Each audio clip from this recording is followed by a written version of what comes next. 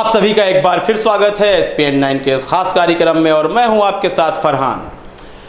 20 लाख का राहत पैकेज सामने आने के बाद काफ़ी लोगों में खुशी थी, अंधभक्त भी नाच रहे थे, बहुत खुश थे कि अब कहीं ना कहीं हमें शायद अपने प्रधानमंत्री का बचाव करने का एक पक्ष मिल गया है, विरोधियों को हम एक जवाब दे सकते हैं। लेकिन हम लगातार उन लोगों की बात कर रहे थे जो कूच करके सड़कों से पैदल साइकिल के द्वारा अपने परिवार को लेकर अपने घरों की ओर जा रहे हैं, जो प्रवासी मजदूर हैं। मुजफ्फरनगर सहारनपुर स्टेट हाईवे की हम बात करेंगे आज।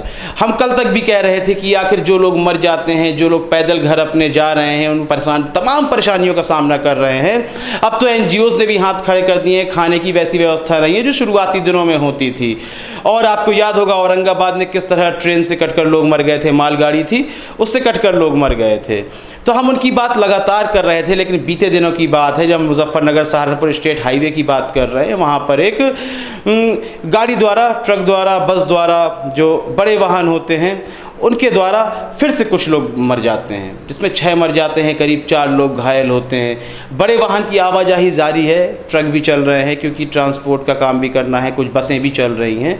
लेकिन जब ये लोग मर जाते हैं तो कल से मैं देख रहा हूँ सोशल मीडिया में कोई राजनेता हो, मैं सत्ताधारी दल की बात कर रहा हूँ, कोई भी राजनेता हो, इस संबंध में निकलकर सामने क्यों नहीं आता है, एक बड़ी राशि की घोषणा क्यों नहीं करता है। औरंगाबाद वाले केस में आपको याद होगा उनकी जान की कीमत केवल 5 लाख रुपए लगा दी गई थी।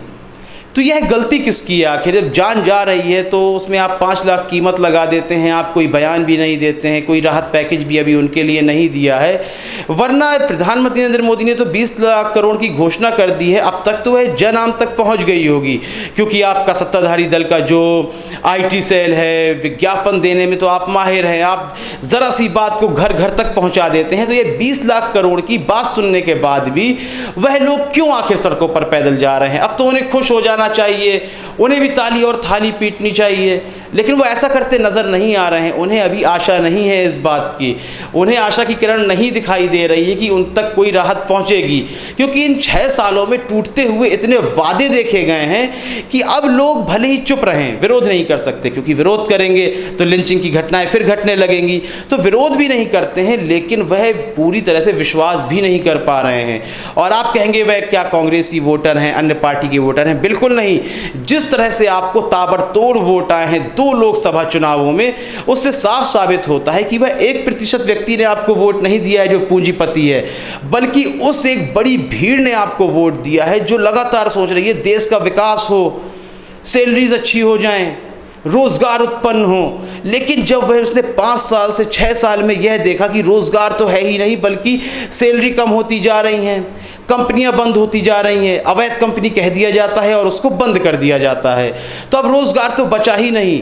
तो वह कहीं भी विश्वास नहीं कर पा रहा है, वह व्यक्ति, वह ग्रामीण और वह दिहाड़ी मजदूर बिल्कुल विश्वास नहीं कर पा रहा है कि इस 20 लाख करोड़ में उसके हाथ कुछ आएगा या नहीं आएगा।